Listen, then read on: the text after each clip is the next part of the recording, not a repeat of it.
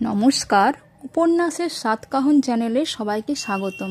আর আজকের ভুতুড়ে গল্পের নাম হলো টম সাহেবের ভুতুড়ে বাড়ি, আর এটা লিখেছেন তৈলক্যনাথ মুখোপাধ্যায়। তো চলুন শুরু করা যাক গল্পটি। টম সাহেবের বাড়ি প্রকাণ্ড অট্টালিকা, একতলা, দোতলা, তেতলা, কত যে কামরা তাহা বলিতে পারি না।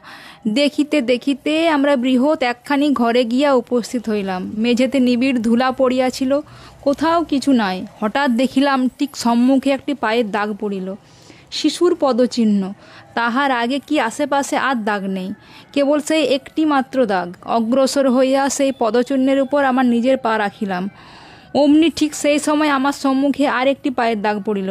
আমি আমার সঙ্গীর গা টিপিলাম, সেও আমার গা টিপিল। এইরূপে যতই যায় আগে ধুলার উপর ততই একটি শিশুর পদচিহ্ন অঙ্কিত হইতে থাকে।